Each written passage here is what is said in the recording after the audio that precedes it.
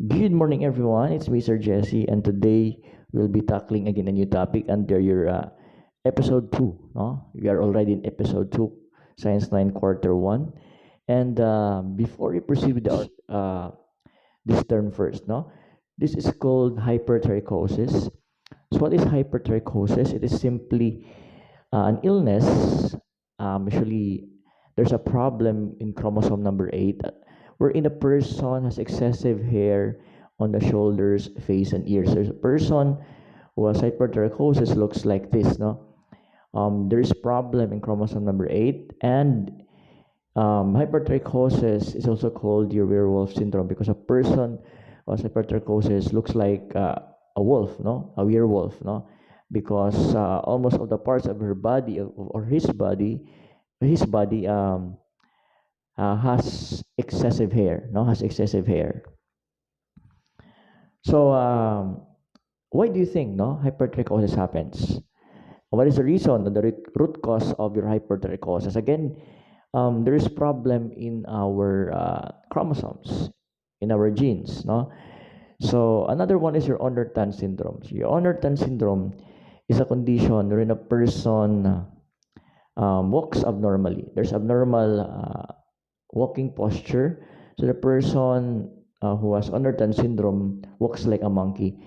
He uses his legs and his arms and hands to walk. No?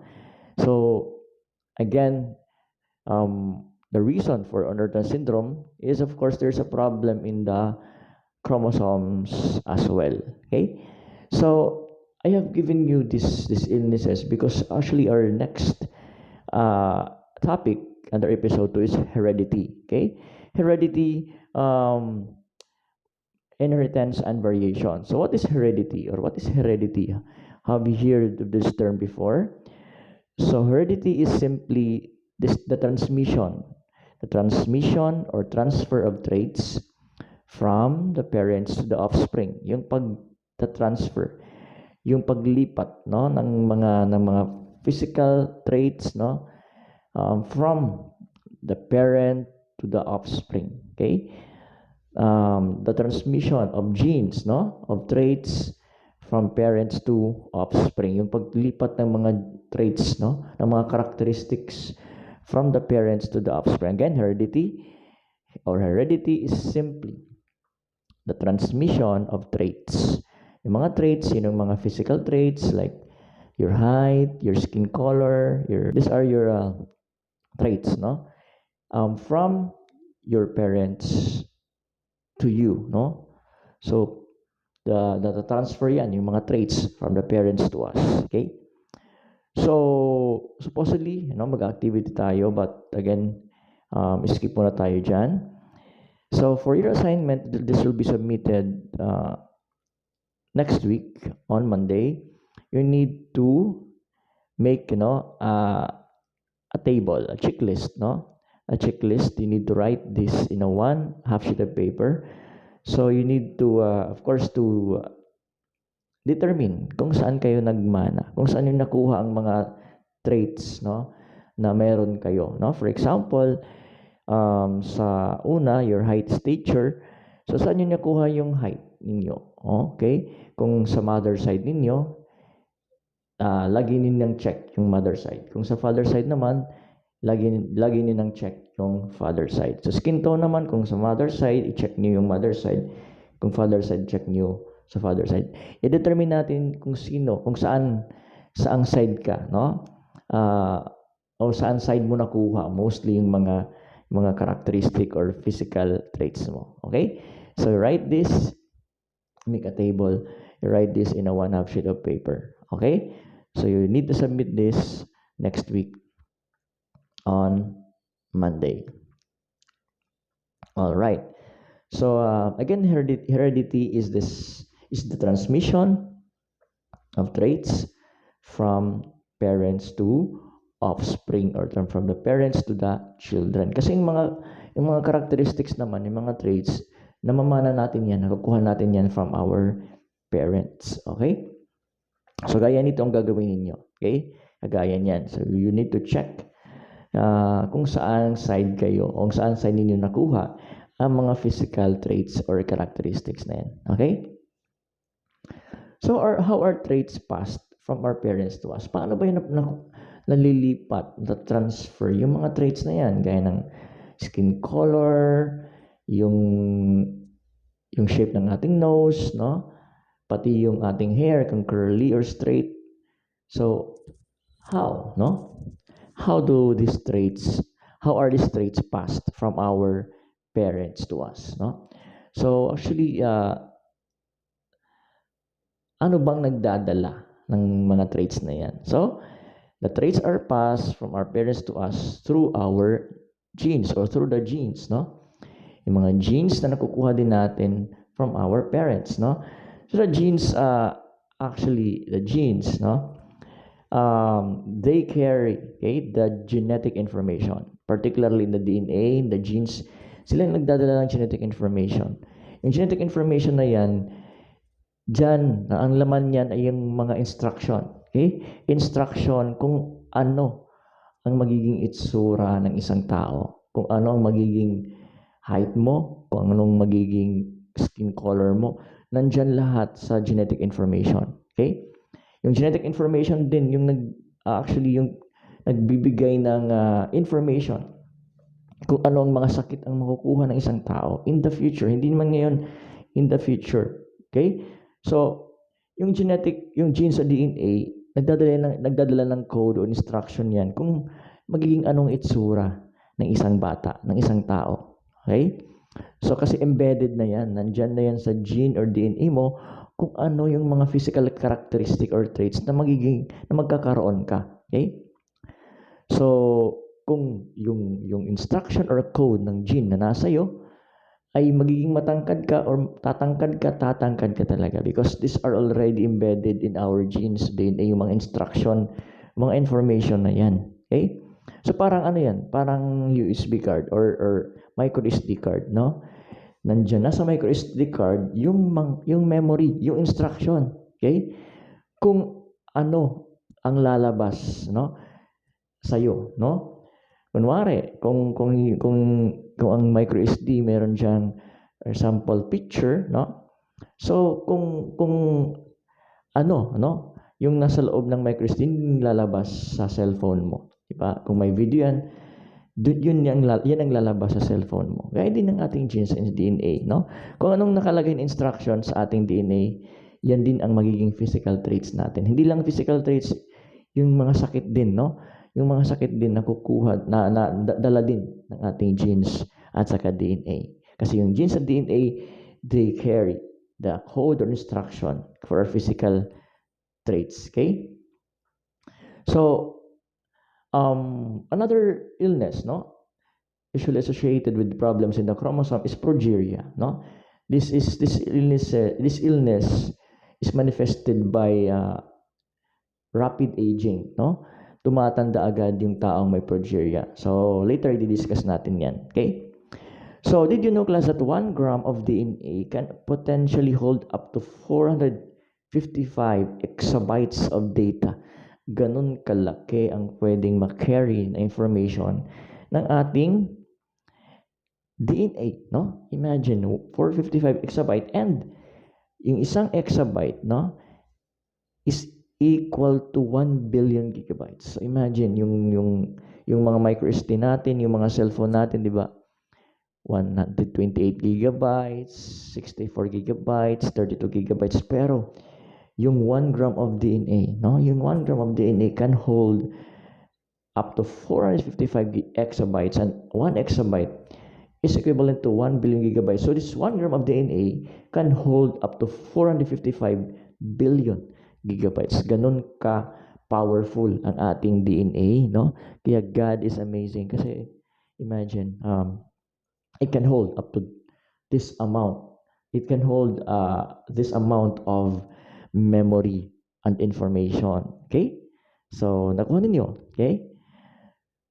So, I have here a very short activity, no? This is called scrambled words, no? So, gagawin nyo, first you need to identify, okay, the word, no?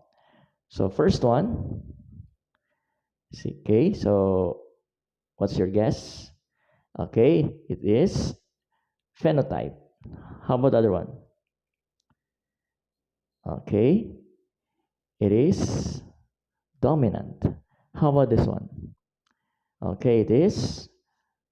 It is. What's your guess? It is homozygous. Okay, good job, everyone. So again, genes, no?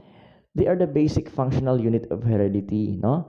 Genes are made up of DNA. So again, genes are the basic functional unit of heredity. Genes are made up of DNA. So alam natin 'yan, di ba? So yung mga uh, parents natin, no? They provide, no? Sila nagbibigay ng mga genetic information, okay, through our genes. Natatransfer sa atin yan. Okay? Again, yung parents, of course, they provide the genetic information, the genes, no, na nakukuha natin. So the genes carry with them the instruction or codes for ano ba ang mga instruction na yan na nadala ng ating mga genes. The characteristic that are inherited from our parents. Yung mga characteristic natin. Yung, again, your stature, kung for example, obesity, yung paging chubby, no, or obese, no, mamana din natin yan. Yung mga sakit, yung katangkad, gaano katangkad ang isang tao, yung skin color, yung shape ng nose, yung hair, no, etc. Maraming ano yan. Kahit nga yung shape ng ears, no, nakukuha natin yan from our parents. So, tinatawag natin yan ng mga traits, no, mga traits. Yung mata, yung looks natin, no? Kung yung parents natin good looking, no? Most probably makukuha natin yan, yung mga traits nila. Okay? Yung skin color, eye color, height, skin tone, yung hair, no? Nakukuha natin yan from our parents because parents actually, yung mother, father, nagko-contribute sila, no? Nagko-contribute sila and they provide, okay? They provide the genetic information, nakukuha natin yan, no, from our parents, and the genetic information carry with them the instruction, yung mga instruction kung ano magiging characteristic natin. Ang mga characteristic na ito ay tinatawag nating traits, no?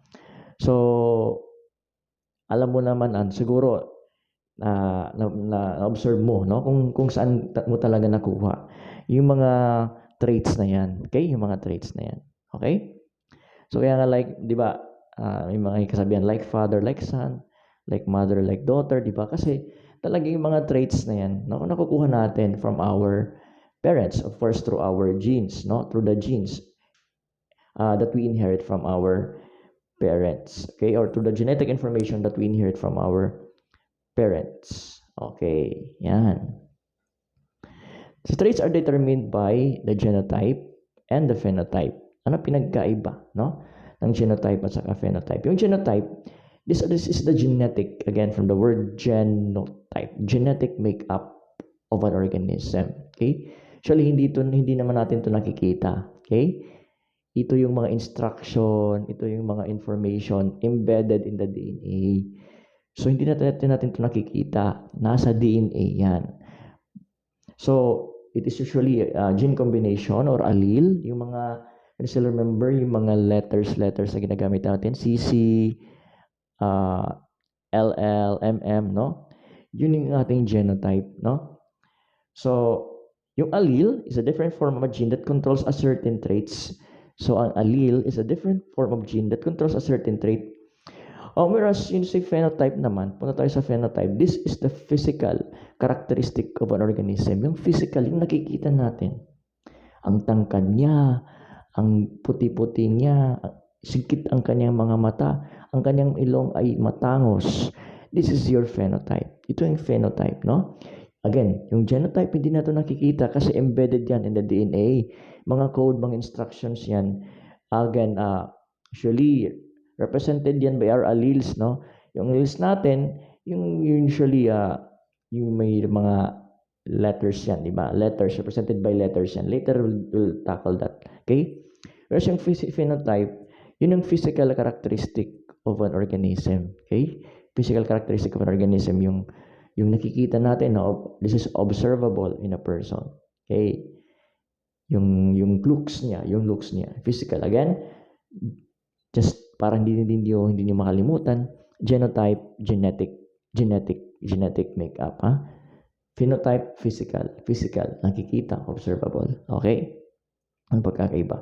Genotype again, carry the information. So examples, ang ating alleles, kanina na sinabi ko, HH, TT, BB, no? They're represented by small or capital letters. Whereas yung phenotype naman, yung na-observe natin. Okay? Yung curly hair, tall, fair skin tone, ganyan. Okay? So nakuha ninyo yung pagkakaiba ng genotype at phenotype. Again, genotype, hindi natin yan nakikita, pero pwede natin yan ma-observe through our phenotype, no? Kasi yung phenotype, yun na-express, yun ang physical characteristic. Yung genotype, embedded yan sa ating DNA, okay? Genetic makeup, phenotype, physical characteristics. Okay. So yan, di ba? Yung phenotype ang ating na-observe dyan. Pero we can determine the genotype of a person by his or her phenotype. Pero talagang nakikita natin sa isang tao ay ang kaniyang phenotype. Okay. So sa ating traits class, no? Take note, sa ating traits, meron tayong tinatawag na dominant at saka recessive. Ano pagkakaiba ng dominant at saka recessive? Okay? So again, ano pagkakaiba ng dominant at saka recessive? Si dominant, yun yung mga usually na-express, yung lumalabas. Again, when I say dominant, malakas, di ba? Malakas. Dominante, malakas. Siya yung superior. Kumbaga, no? Siya yung malakas. Siya yung laging bida, no? Dominante, di ba? So, dominant. Recessive naman yung weaker, yung mahina. Siya yung palaging nagpapakumbaba, no? Siya yung recessive, no? So, dominant again, yung malakas, yung na-express. Sa genetics naman, kapag dominant, yun yung nakikita. Yun yung lumalabas na trait. For example, yung height, no?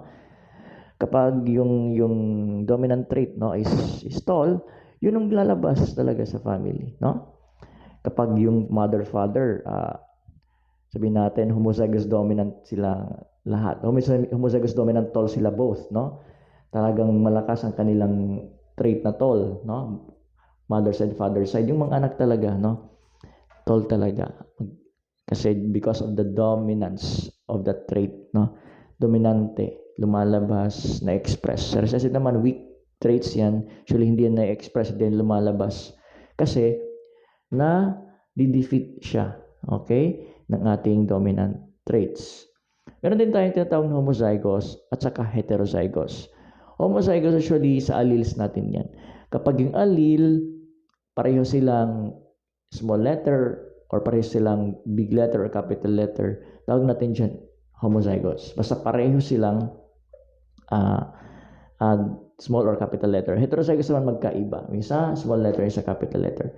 So siya, kaya sinabi ko, dominant, always expressed, recessive, hidden, or seems to disappear, no? Again, dominant, always expressed, recessive, dominant, strong, recessive, weak, no?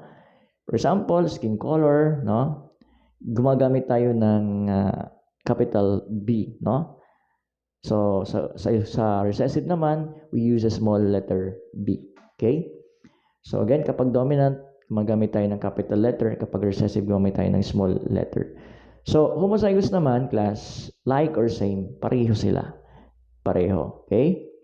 Parehong capital letter, parehong small letter, okay?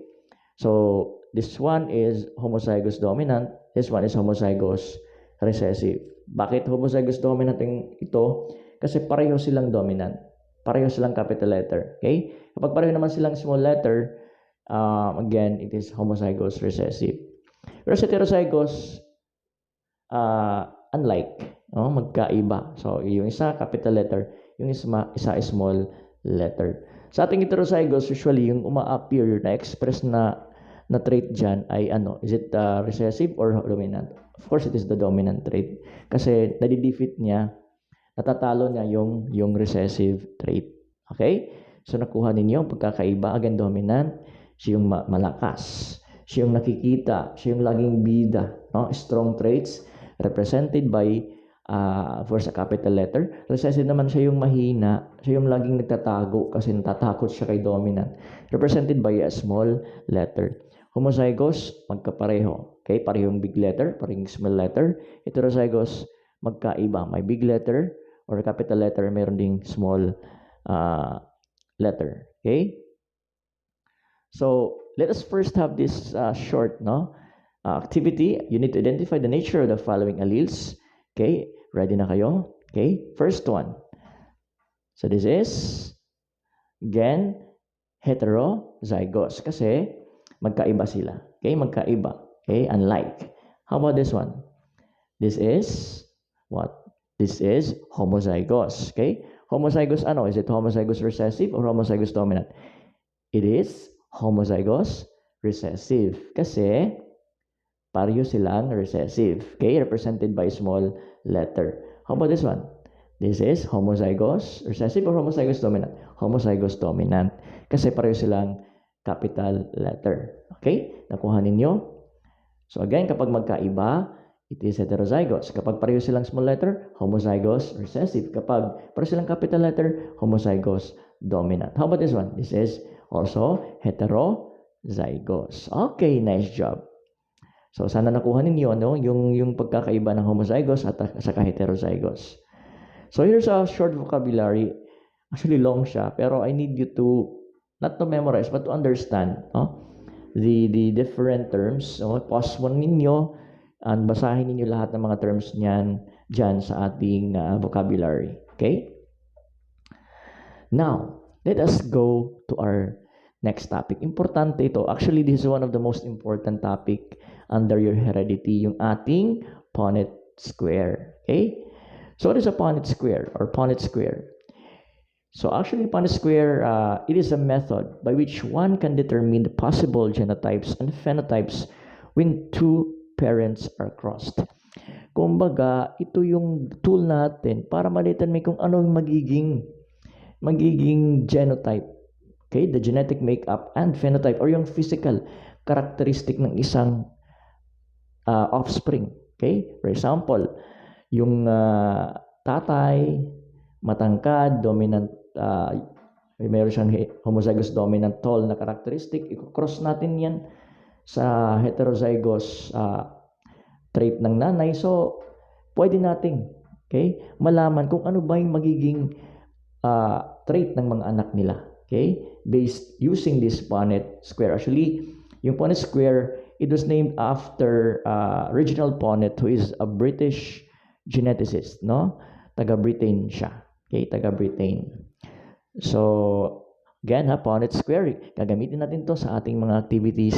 Later, i-master ninyo ito. Okay? So, yan. Okay. So, how to make a Punnett square? Very simple lang po ang process. Because you need to make a box, no? Gawa kayo ng box. So, ngayon, gawa kayo ng scratch paper or sa notebook ninyo, gawa kayo ng box na ganito. Okay? So, gawa ko ng box, yung box na ganito or square na ganito.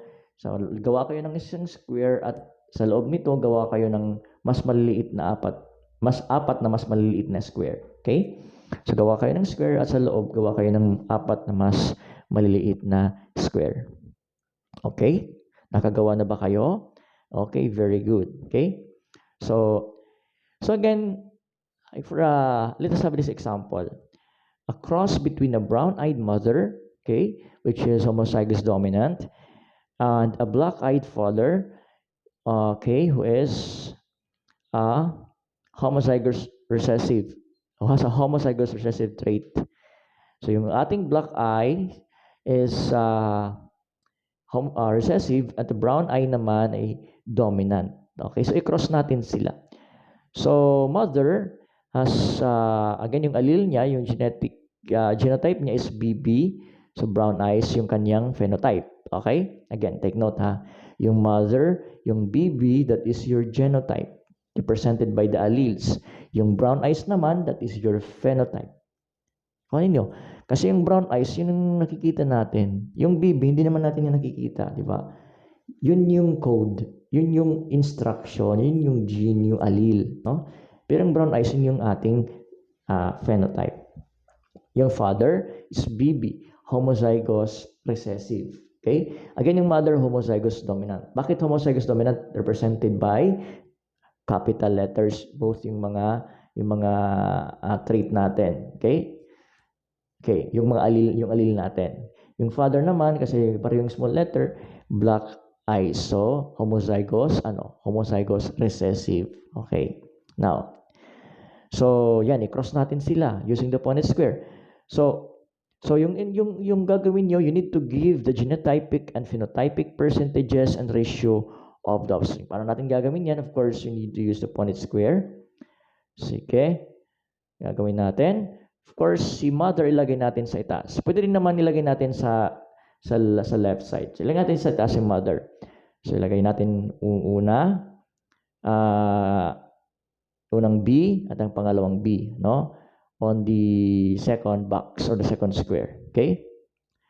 So, si father naman ilagay natin sa left side dito. Si mother to, ha? Si father sa ilagay natin dito si B. Yung kanyang allele is homozygous recessive, so BB. Okay, yan, ha? This is the father. So, gawin natin, i-cross lang natin sila. So, yung unang box dito ng square, so, lagay lang natin yung mga letters, no? Na kalinya niya, okay? Yung nasa kalinya or ka-line niya. So, yan. Yan, di ba? Gawa tayo ng line, no? Para mas mabilis, para mas madali. So, B at saka B. So, capital letter B at small letter B. Okay? So, again, ha? Saan tayo nakakuha niyan? Dito. Nagagawa lang tayo ng linya. Imaginary line lang yan. So, capital B at small letter B. So, this is what? This is heterozygous. Okay. How about on the second box? Okay, so, pareho din ang gagawin natin. Gawa tayo ng linya. 2 lines, no? Tapos, ilagay natin yan sa box kung saan nagmi-meet sila. So, this is capital letter B at small letter B din, no? So, this is also heterozygous. And the third one, third box, third square is also heterozygous, right? Pareho din, heterozygous din sa ating fourth box. Now, ano ba ang ating genotypic at saka phenotypic ratio? Okay. So, what is our genotypic phenotypic ratio? So, ang ating genotypic ratio, of course, lahat sila BB. So, 100%. Pwede nyo ilagay for BB or 100% BB. Kasi lahat sila heterozygous. 100% heterozygous or 100% BB, no? 100% hetero. Bakit heterozygous? Kasi di ba sinabi ko, kapag magkaiba ang letter, heterozygous yan. Okay? How about the phenotypic? Phenotypic naman, lahat ay, what do you think? Lahat ay 100% brown-eyed, 100% black-eyed. What do you think? Di ba kapag sinabi ko kanina, kapag heterozygous, yung lumalabas ay yung dominant. So sa dalawa, sinong dominant? Yung brown eyes, yung black eyes? Yung brown eyes. So, natatalo ng ating dominant trait, ang ating recessive trait. So, anong magiging color ng eyes ng lahat ng mga anak? Of course, 100% sila brown eyes. Okay? Kasi tingnan ninyo, lahat sila heterozygous. Di ba? Kung isa sa kanila ay homozygous recessive, then possibly black eye siya. Pero dahil malakas talaga ang trait ni mother, napakalakas ng trait ng brown eyes ni mother, so lahat ng mga anak nila ay brown eyes. 100% brown eyes. Okay? So, again, what is the ratio? The ratio is 4 BB and is 2 0 BB. So, 4 0. Yung brown eyes ay 4, 0 naman yung black eyes. So, ganun kahina ang trait ng black eyes ni father. So, mas malakas talaga ang traits na characteristic. Anyways, class, next week, I'll be discussing this. Mas toro pa yung discussion natin. Kung hindi nyo nakukuha ngayon, i-discuss pa natin to ng maraming beses, no, in the future, next week, no? It's just to give you introduction of your Punnett square, okay? So, 4 brown eyes, 0 black eyes. So, mahina talaga yung recessive trait ni tatay, no? Yung black eyes si tatay, mas malakas yung brown eyes ni mother. So, nakuha ninyo yung Punnett square, no? So, class, pwede naman nyo itong i-review sa inyong libro. Meron naman dyan examples on how to make a Punnett square. Okay? So, how about this one? Try this one. A green pea plant which is heterozygous is crossed with a yellow pea plant. Okay? So, I will give you 2 minutes to make a Punnett square, and then you need to determine the genotypic and the phenotypic ratio, or the percentage as well as the ratio. So, GG is green pea. Okay? And then the other one is GG is yellow pea. So, ano ang dominant dito? Yung green or yellow? Of course, it is your green. Okay? Yellow naman yung recessive or yung mahinang tig. Using the Punnett square, determine the genotypic and phenotypic percentage of the percentages. Again, using the Punnett square, determine the genotypic and phenotypic percentages and ratio. Okay, so we make a Punnett square. This is a mother. Actually, wag niyo lang ilagay na mother. Huwag niyo nilagay ng mother. Ito naman, yung ating homozygous recessive. So, again, what is the answer? GG, GG, GG, GG. So, iba-iba, no? Iba-iba. Dito ulit kanina na para-pareho sila. Ngayon, iba-iba na, no? Anong ating genotypic percentage? So 50-50, di ba? 50-50. 50% heterozygous, 50% homozygous recessive. Okay? So it will be our phenotypic ratio. Our phenotypic ratio, 50% green pea, 50% yellow pea. Okay? So, yung dalawang ito na nasa yung heterozygous, they will have the magiging green pea sila, or green pea yung mapoproduce. Kasi sanabi ko, yung malakas na yung dominant trait, sila yung na-express, sila yung lumalabas. Okay, na trait. Okay, so later i-discuss lang natin yan next week. Pero ngayon, I want you to at least try na gawin ang Punnett square. Okay? Again, what is the genotypic percentage? It is 50% green pea, 50% yellow pea. Okay? And 50%, genotypic 50% GG, 50% heterozygous, 50% homozygous recessive. Phenotypic naman, 50% green pea, 50% yellow pea. Okay? So, nakuha ninyo. The ratio naman is 2:2 or 2:2. Okay? 2:2. Dalawang green pea, dalawang yellow pea. Okay? So, how about this one? A tall basketball player marries a tall volleyball player. Determine the genotypic and phenotypic percentages and ratio of their offspring using the Punnett square. So, I will give you 2 minutes to make a Punnett square. Okay, and then you determine the genotypic and phenotypic percentages as well as the ratio of their offspring using the Punnett square. Okay, your time starts now. Okay, so thank you, no? So good job, everyone. So you try also this one. A red flower is crossed with a white flower. Okay, for your assignment also next week, I want you to answer this one. This will serve as your assignment. So you have 2 assignments. So you need to submit this next week. Ha? A male with dimpled chin marries a woman. Okay, a woman. Sorry, wrong ano lang dyan. Typographic error lang yan. So a male with a dimpled chin marries a woman with no chin dimple. So determine the phenotypic and genotypic percentage and the ratio. So ito yung pangalawang assignment ninyo next week. Okay? Nakuha, students? So again skip muna tayo dyan sa ating Punnett square.